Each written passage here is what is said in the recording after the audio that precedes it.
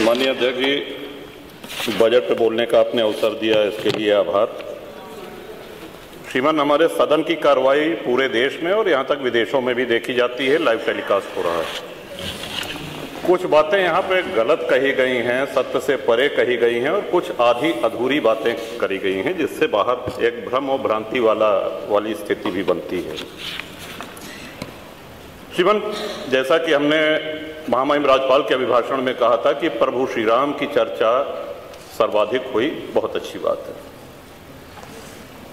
Doctor Lohia को मानने वाले लोग भी ये मानेंगे कि डॉक्टर लोहिया ने जन सामान्य को भगवान श्री राम के आदर्शों पर चलने की प्रेरणा देने के उद्देश्य से प्रतिवर्ष रामायण मेले का आयोजन किया करते थे। डॉक्टर लोहिया का ही एक ये बयान था कि बाबर, गजनी, गोरी, औरंगजेब लुटेरे थे, रसखान और रहीम हमारे पूर्वज थे। श्रीमान, ये बात यहाँ पे इसलिए कहना आवश्यक हो रही है कि पिछले कई दिनों से हम देख रहे हैं कि माहौल बिगाड़ने का प्रयास हो रहा है। हल्द्वानी तक का उदाहरण दिया गया इस हाउस में। सरकार अपनी जगह पे पूरा प्रयास करती है कि हमारे राज्य में कोई उपद्रव न हो, अशांति न हो, लेकिन कहीं न कहीं एक ये आभास हो रहा है हमको कि माहौल खराब करने का एक प्रयास हो रहा है।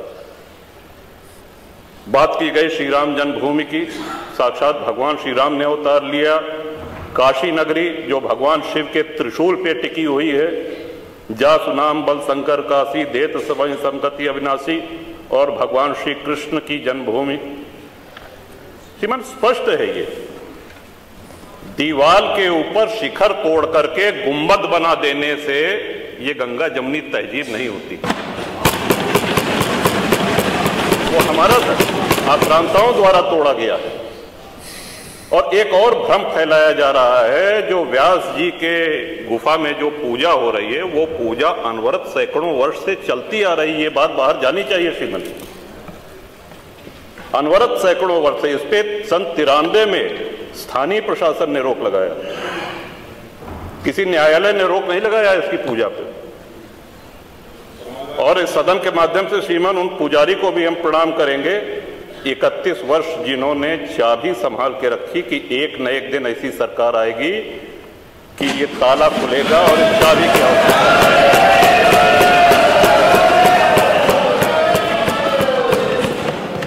अल्लामा इकबाल, फिर वही होता है कि आधा अधूरा बोल दिए जो है पूरा बोलना चाहिए। अल्लामा इकबाल पहले वो व्यक्ति थे जिन्होंने कहा कि हिंदू और मुसलमान एक साथ नहीं रह सकते। पाकिस्तान के आइडियोलॉजिकल फादर, इसने कहा कि मुस्लिमों को अलग देश चाहिए। जिन्ना को रास्ता बताने वाले, जिन्ना को उकसाने वाले, और पाकिस्तान के पक्ष में भारत के मुसलमानों ने वोटिंग करी, जिसमें 98% लोगों ने कहा कि हिंदू और मुस्लिम साथ साथ नहीं रह सकते।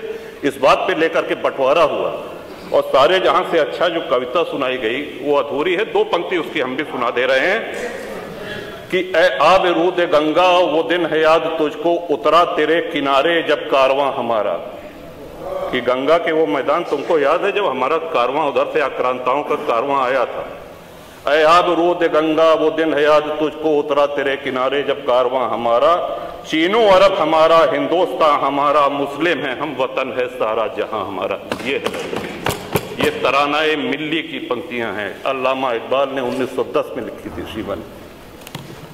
हम ही क्या धर्मार्थ दहते रहेंगे, सभी कुछ हो मौन सहते रहेंगे, कि धर्म को देंगे बल अन्य जन भी, तजेंगे क्रूरता छल अन्य जन भी।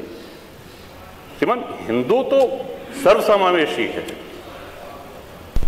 किसको आश्रय नहीं मिला, किसको आसरा नहीं मिला? यहाँ पे जो भी संकट में आया उसको हमने अपनाया। कभी किसी हिंदू ने नहीं कहा कि हम मुसलमान के साथ नहीं रह सकते हैं।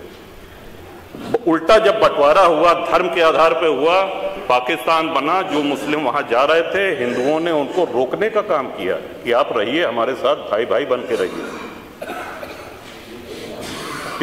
इस संवेदनशीलता को रसखान जी, अब्दुल रहीम खान खाना, इनके आदर्शों पे चलेंगे तब अच्छा वातावरण, अच्छा माहौल बनेगा। अगर बाबर और औरंगजेब के अनुसरण करेंगे, उनका अनुकरण करेंगे, तब तो शांति की कोई गारंटी नहीं। मैं फिर से पुनः बधाई देता हूं, इस बजट का समर्थन करता हूं और माननीय योगी जी की सरकार को बधाई देता हूं। और ये हम लोगों का सौभाग्य, इस पीढ़ी का सौभाग्य है कि अपने जीवन काल में भगवान श्री राम के भव्य मंदिर का और मेरा ये भी मानना है कि आदि शंकराचार्य के बाद अगर कोई सनातन उत्थान का और हिंदू उत्थान का कार्य कर रहा है तो श्रीमान नरेंद्र मोदी जी। बहुत बहुत धन्यवाद। जहां तक हमारे वित्त मंत्री जी ने जो सारे जहां से अच्छा की 2 लाइनें पढ़ी, पता नहीं अपने मतलब की चीज निकाल लेते हैं वहां से, न ऊपर की लाइन पढ़ते न नीचे की लाइन पढ़ते हैं। ये तो जमाना गूगल का है, जमाना इंटरनेट का है, जमाना छिपाने का नहीं है। हमारे बजट में जो उत्तर प्रदेश का बजट पेश हुआ, मुझे नहीं पता कि किस संदर्भ में उन्होंने 2 लाइनें लिखी, लेकिन मुझे खुशी इस बात की कि अल्लामा इकबाल जिन्होंने सारे जहां से अच्छा लिखा, उसकी लाइन आपके बजट में आ गई। तो आप बहुत सेकुलर हैं।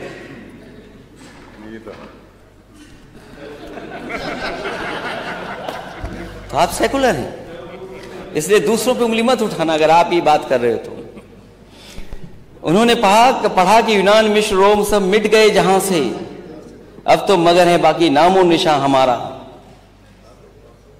मैं अध्यक्ष महोदय, अगर ये नाम इन्होंने लिखे और अपनी तारीफ में लिखे बजट पेश करते हुए कि ये बहुत ताकतवर हो गए, इनकी ग्रोथ बहुत आगे चली गई है, तो मैं अध्यक्ष महोदय आपके माध्यम से इनसे कहूंगा, जिन जिन देशों के नाम यहां लिखे गए हैं उन देशों की पर कैपिटा इनकम क्या है,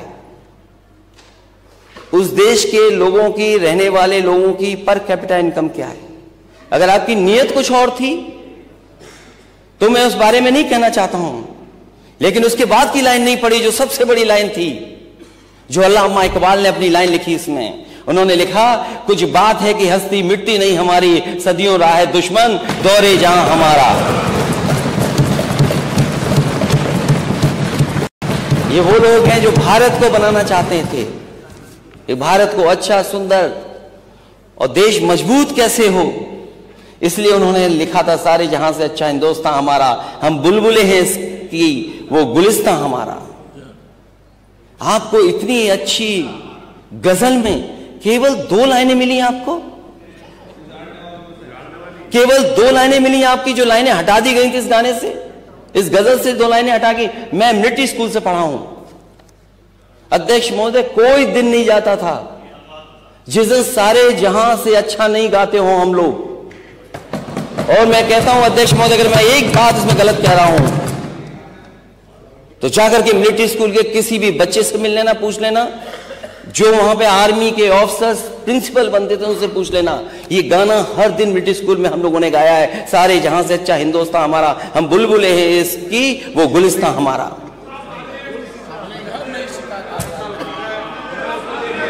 गुरबत में हो अगर हम, रहता दिल वतन में, समझो वही हम भी, दिलो जहां हमारा।